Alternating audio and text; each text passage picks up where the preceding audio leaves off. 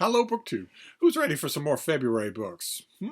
February's right around the corner. I don't know how that happened, but it's right around the corner. It has a bunch of new release titles in all kinds of genres that I thought we'd look at a few more of them today, see if any of them are on your radar, or maybe you want to put them on your radar.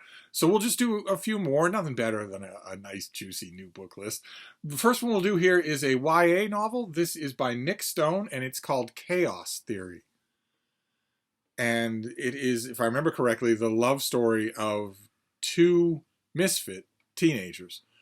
The young woman is a genius, but also deeply, deeply fed up with humanity, with normal humanity, and so has sort of cocooned herself off, and is helped in that regard by the social reality of being a new transfer student in her last year. No sense in putting down emotional roots or anything like that. And the young man is well on the way, even at his tender age, to alcoholism, and has a chaotic home life. And they meet at a horrible point in his life and make a connection. Now we'll see what comes of that. I would really, that is a great premise, and I would really like it if the author just trusted to that premise.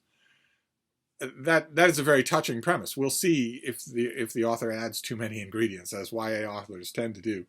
Then we have something, I think I've mentioned a lot of these books on this channel before, but they're February releases. They will, to some extent or another, determine the February landscape. This is a big one, something that a lot of people in a lot of quarters have been waiting for, with various degrees of eagerness. This is the Climate book by Greta Thunberg, the youngest and most famous climate activist in the world, and has been sort of promising a book for a long time. The notice that I have about this book is that it is every bit as dark a picture as you would get from any other climate change book, but that it's surprisingly optimistic in terms of what can be done to mitigate and also to adapt. That would be fascinating if that were true. I imagine that the writing won't be anything to write home about, but you never know. Then we have something, I think we've seen this before on this channel. This is by Alex Prudhomme. This is Dinner with the President. And this is a book about eating at the White House, about what that was like, what the protocol was like, how the landscape of that has changed over the years, administration to administration. Once upon a time, the turn of the 20th century, dinner at the White House was an unbelievably opulent event. Under, not so much McKinley, but Theodore Roosevelt and William Howard Taft, it was an unbelievably opulent event. Liveried servants everywhere, tables that went on forever and ever, vast amounts of food. And that, that's all dependent on the personality of the family in charge. So that's changed over time. We'll see. When it comes to this book, I haven't read it. We'll see if what direction it goes in. There are two directions that it could go in. One is to dig into the history involved. What kind of deals were made? What kind of news was made? What was it to be invited to a dinner at the White House? And how has that changed over time? And the other is, oh, hey, can you believe this? Or, oh, what a fascinating fact. Or, oh, hey, here's the menu. Can you believe what they paid for steaks in those days? Stuff like that. So a book like that will be interesting. It just won't, for me, be as interesting. So we'll see. In other words, this can either be light or serious. As is true of any work of history. We'll just have to see what it's like. Then we have something, this is by Paul Scar, and it's For Battlegrounds, Power in the Age of Artificial Intelligence. A fraught subject, a very interesting subject. This is later on in the month. I can't wait to get to it and see, again, how seriously the author treats this subject. I have seen some far-right, Brookings Institute, alt-right, think tank type people starting in 2022 and 2023 to poo-poo the idea of AI. Say that science isn't anywhere close to it, that it's largely a myth of the liberal left, that it's largely a cloak under which billionaire plutocrats can enact their nefarious agenda about technologically augmenting or enslaving human beings. It's so on all levels, not just in terms of how far our AI has penetrated our normal lives, but also in terms of how we write about it, how we think about it. We'll see where on the spectrum this book falls. Then another book. This is by Mark Dawidziak. I think I've shown you this book before. Perennially fascinating for me. This is A Mystery of Mysteries: The Death and Life of Edgar Allan Poe. And there is Poe inside the silhouette of a raven. And this will be a biography of Edgar Allan Poe. I don't imagine that will be its focus, but it will be a biography of Edgar Allan Poe. It will delve into all of the amazing literary achievements, also all of the really unsavory personal bits. But I think, just from the title, that this book is going to concentrate a lot on the mysterious death of Edgar Allan Poe, who disappeared for a week and then showed up disheveled, obviously drunk, and dying, and died a week later. Died very soon after that. And we don't know what filled that missing gap of time. And novelists have had a heyday with it. With Mark Olden particularly wrote a book called Poe Must Die, a novel called Poe Must Die, probably 60 years ago, that is so much worth your time to find and read. It's just so good. But novelists have had a heyday with that mystery period all throughout. They always do with any mystery in the life of an author. Only unlike with Poe, unlike, for instance, with Agatha Christie, who I believe her disappearance is entirely understandable. I think you can trace almost every minute of it. I don't think there's much of a mystery there. But with Poe, unless somebody comes forward with a tranche of letters saying, you know, I've got this guy in my flophouse, or we drugged this guy because we didn't like him, or whatever, unless something like that comes to light, we're never going to know what that missing week was like. So I'll be interested to see what this author has to do with it. Then we have a book. This is by Rebecca King. I confess that on this list, this is the one I'm most looking forward to. And also the one I'm most hoping respects my intelligence as a reader and your intelligence as a reader. I'm hoping that a legitimate job is done of this, because it's a fascinating subject. This is a book called The New Heretics. Once again, we have, just like with the Poe book, we have an ongoing trend that we've been seeing of beautiful American book cover designs. I don't know what's going on there. But this is about, the title is awful, you know, fire and brimstone, but this is about Christians in the 21st century. A huge, huge percentage of whom don't believe in divine retribution, don't believe in hell, don't believe in a young earth. Certainly they don't believe in a young earth. They don't deny any kind of science. They don't deny evolution. They don't deny pre-human species. They don't deny anything like that. They accept science. They accept the world. They can't help but accept the world. It's on their iPad. They can see it with their own eyes. They're not reliant on anything else. They can look and see how big the world is, how full of people it is. Fundamentalists, believers from the fundamentalist wing of American Christianity, who are told that, you know, Jesus writes the gospel on our hearts, and that the arc of human existence is towards the revelation of the gospel. They can hear that on a Sunday, and then on Sunday afternoon, they can sit on their couch and call up pictures on their phone of people all over the world who've never even heard of Christianity. Now, in the 21st century, who've never even heard of it. And that when those people are contacted and contaminated by Western society, they don't suddenly spontaneously develop Christianity. It isn't written in their hearts. Just plain and simple, no matter what you think about your church, you know that assertion is false. You can just tell that it is. You don't need an intermediary, is what I'm saying. And so on and so forth down the line, even to some Christians who, and in increasing numbers in the 21st century, don't really think that Jesus was superhuman. They more venerate him as a teacher, as a philosopher, as an example than anything else. Those kinds of Christians, I have noticed increasingly, do not have a home in a lot of the churches of any denomination, and especially the revanchist fundamentalist wave in the United States and in Africa and in South America and especially in Indonesia. They don't have a home in those places because they aren't willing to act like it's 1820. They aren't willing to do that. They live in the present world. So do all of the preachers that want them to act like it's 1820. All those preachers absolutely rely on satellite technology, on cell phones, on a modern earth, on a secular earth, on an earth where Christianity is one religion among many. They all rely on that technology. All of those preachers live in that world, but they try to tell their congregations not to. That's especially true of young earth creationists, science-denying creationists, which you might think is a small fringe, but if you think that's a small fringe, take a look at the COVID statistics for the American Midwest and the American South. It'd be a little eye-opening for you. I am really hope Rebecca King in this book analyzes this gigantic segment of modern day Christianity.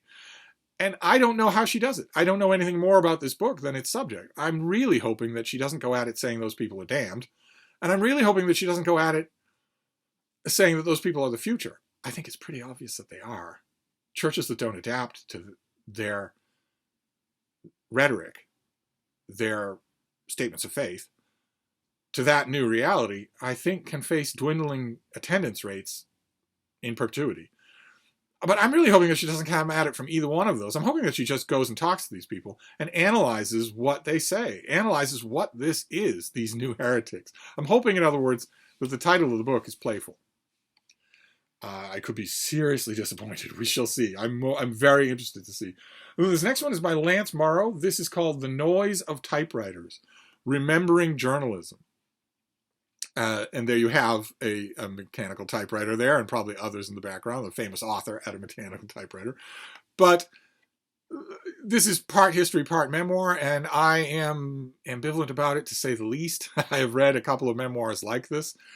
I remember old pre-internet, pre-electronics, pre-TV journalism. Not pre-television, but pretty much before there were televisions mounted on the walls in newsrooms. I remember what those newsrooms were like, what they sounded like. The Noise of Typewriters being the title of the book here.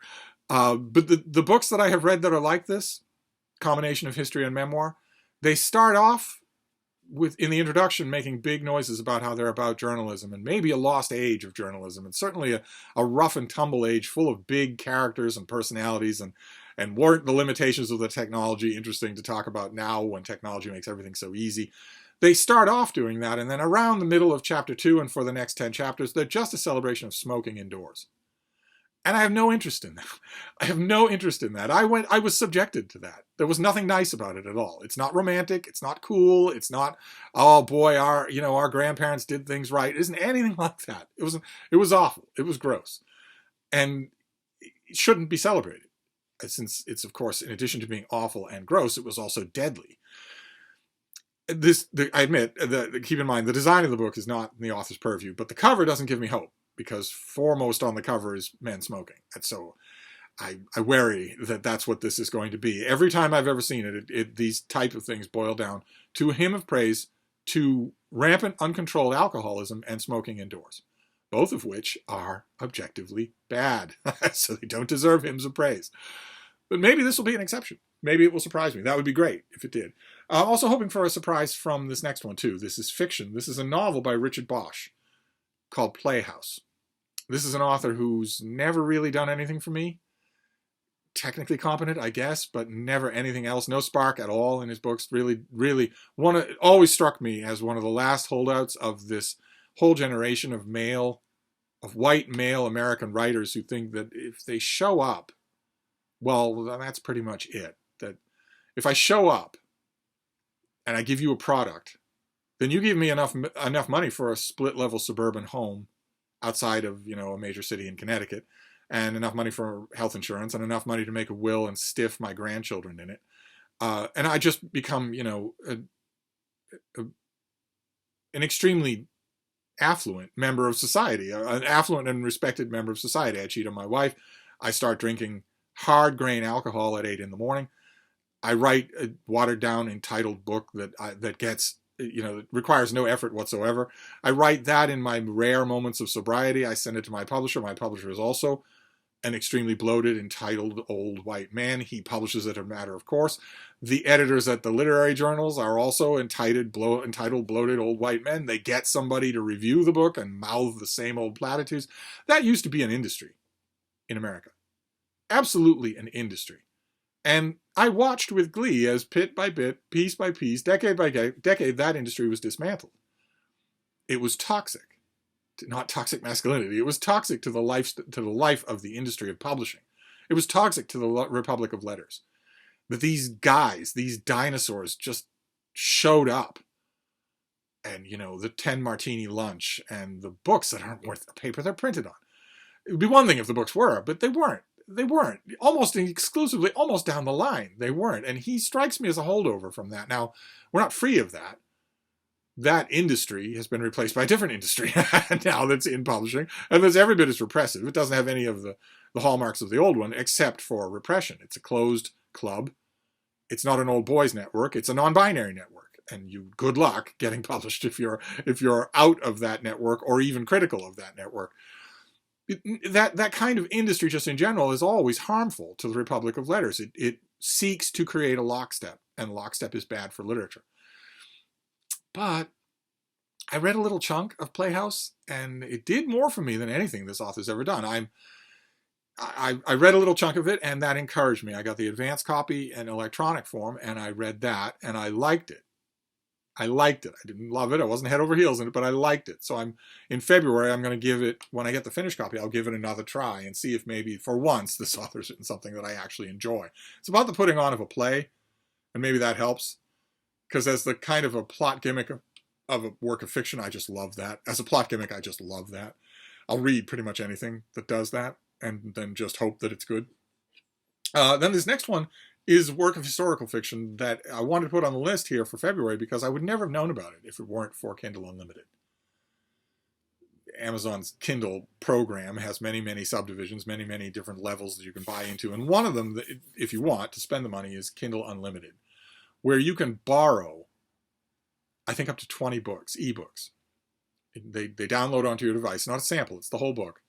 And once you hit the limit, you can have them for as long as you want, but once you hit the limit of the 20 or however many books it is, you have to return one in order to borrow a new one. And I forget how much Kindle Unlimited costs a year. It's nominal. It's like $10 a year, something like that. It's nominal compared to what you're getting, especially if you're an energetic user of it. And I am. I use Kindle Unlimited pretty much exclusively to find authors and read their works that I don't know anything about. And because they're self-published, oftentimes there is no print version of their book, and even when there is, I'm never going to see it in a bookstore. And even if I did see it in a bookstore, I don't have a retail bookstore anywhere near me. I'm not a motorist, so I have no retail bookstore anywhere near me that I'm willing to go to. There's one, ironically enough, that's a 10-minute walk from my front door. And I wouldn't go in for all the mud in Egypt.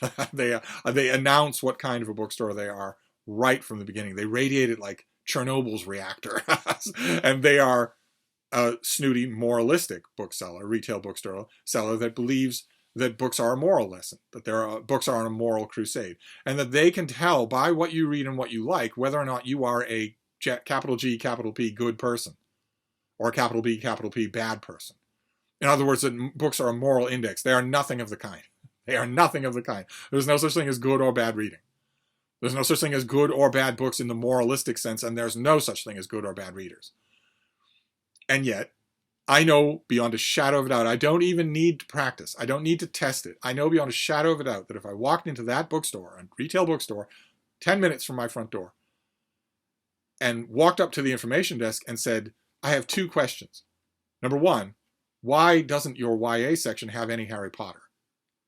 And number two, I would like to order a Harry Potter book. Can I order a Harry Potter book? The person behind the information desk would say, well, it's a long story why we don't have them in the shop, but we don't really approve of the author. And the answer to the second question, in a retail bookstore where money is the bottom line, would be no. No, we won't order that book for you. And the unspoken, if it's unspoken, in 2023, it might easily be spoken out loud. The unspoken addendum will be, we'd rather not see you again. I already know that's going to happen, so I don't bother to test it and see. I know for 100% certain, if I let go of a hammer on a planet with a positive gravity, I need not see it fall to know that it has, in fact, fallen. So I don't know. The books that I get from Kindle Unlimited are totally unavailable to me otherwise. I would have to buy them. And I like to sample them first. And Kindle Unlimited does a very aggressive job of changing its inventory. And they do a very aggressive job of suggesting books. Every time you do a search on Amazon, you get a row of Kindle Unlimited books suggested to you. And I take advantage of that. And this is by Stephen OShea, and it's called The Sorcerer and the Assassin. It's a historical novel set during the height of the Spanish Inquisition, and it's a historical murder mystery in which someone is killing inquisitors. Somebody's killing the bad guys. And a complex figure who he's a polymath, a scholar, an alchemist, is sent to investigate. Now, I have no idea what this, I don't think I've ever read Stephen O'Shea before. I'm pretty sure I've never encountered him before. No idea what this would be like. It's self-published, so did he pay for an editor? He paid to have a nice cover, but did he pay for an editor? And does he know what he's talking about? His editor will check line mistakes. But an editor probably, unless he paid through the nose, an editor probably won't be able to check his history. I'm perfectly willing to give it a try. It was right there in Kindle Unlimited. It didn't cost me anything, so I'll give it a try and see in February. And then New York Review of Books in February is coming out with an edition that I think is going to get reviewed everywhere, despite its size. It's 1,000 pages long.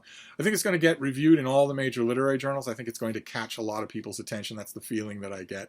Every once in a while, they'll do something that does something like that pops like that, even if it's 1,000 pages long. This is Konstantin Postovsky. And this is a translation by Douglas Smith of his trilogy, his gigantic extended in 3 parts book, The Story of a Life, where he talks about his own life and World War I and the Russian revolutions and the Cold War and all that sort of thing. Just a sprawling narrative that has had an English language translation before. I know that. I remember seeing it.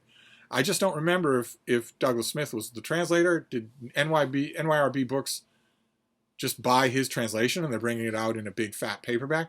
Or did they commission a new translation? I don't know that. I haven't looked into this yet. But this is going to be a fairly major event for February literature. Could be the rediscovery of this author. We will see. This next one is Miriam Darlington. I think I've shown you this book before. This is a February release. This is The Wise Hours. And this is a natural history of owls. What they do, what they think, what we know about them, where they hunt, how they mate, the conservation status of all the major kinds of owls. I don't agree with the title. Owls aren't any wiser or less wise than any other kind of animal. They just happen to look that way. If any of you have ever spent time with an owl in person, they're pretty goofy and can be pretty dumb. but a new natural history about owls, I'm definitely there. I'm definitely there. It doesn't matter to me. And then we'll finish up with an author who's well known, has a new book coming out in February, but it's not the book that her legion of fans is waiting for. The author is Martha Wells, and of course, when you think Martha Wells, you think Murderbot. And you're waiting for a Murderbot book, a new Murderbot book, of course, that's synonymous. But this author wrote other things before she hit it big with Murderbot. And in this book, she goes back to those. She writes an epic fantasy called Witch King. Lovely cover there. Look at that. Beautiful cover. I don't know anything about this, but I'm like so many other people in the world, I am totally sold on this author because of Murderbot. So, you don't need much more than of an entree card than that. I will read anything this author writes because I love that series so much. But epic fantasy, a totally different register. We shall see. We shall see. So those are a few more February releases for your consideration. And I'm sure that we'll be talking about some of them again as I get finished copies in the mail. Maybe as I want to talk about them or as they come up in various discussions or whatnot. But I wanted to do a list. I think I might do a couple more of these February lists. We'll just run down February books piecemeal. But that's for later, not for now. So I will wrap this up for now. And I will see you later. Thank you, BookTube.